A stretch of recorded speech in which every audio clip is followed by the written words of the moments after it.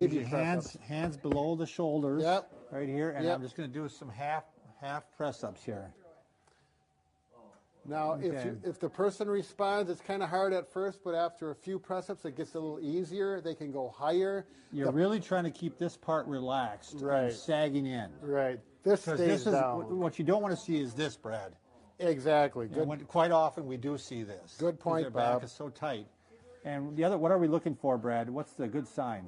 If the leg symptoms or the pain in legs start to reduce or go up towards the back. Right. You might even feel more pain in the back.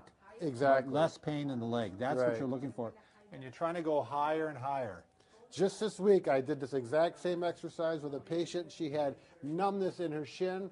We did 5 of these. She said, oh, my shin doesn't hurt anymore. It feels normal. So I said, let's do some more. Right. And so once you get up to this point, this is the basic exercise. Now we're going to show you the advanced exercise. Let's say you've been doing these for a while.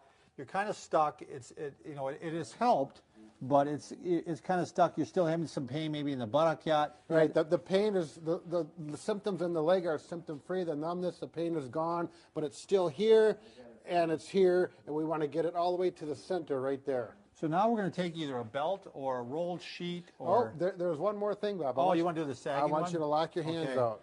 So you're going to get up to the point where you want to make sure that the pelvis is still on the ground. Right here. On the floor. Yeah. And you're going to lock your elbows out and you're just letting it sag like this. And then you... Can we do... You want to do... No, you take a deep breath. Okay, yep. Then I'll have the person exhale and relax. And just think about this going down and in and arching to a maximum. Okay?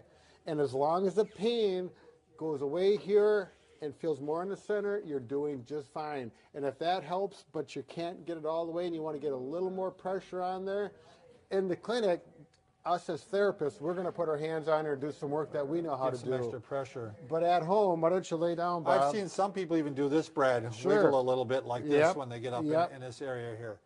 All right?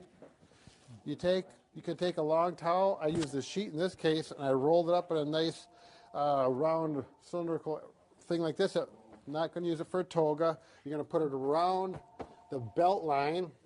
Go ahead, Bob. Show them what to do. Put my hands on here, and I'm going to go ahead and lift up like this. Now I got some counter pressure.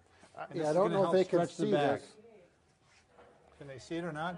Yeah, get your arm, there you go, because this goes around the back, it stabilizes the arch in the back, and it does overpressure, what we call. And now you can move it down a little bit further and then put your hands down here and get that part too. There you go. So you can move it along the spine here and give overpressure. Pressure on, pressure off. Pressure on, pressure off. And this is going to work well for people who are not really bending their back like they should. And it's an advanced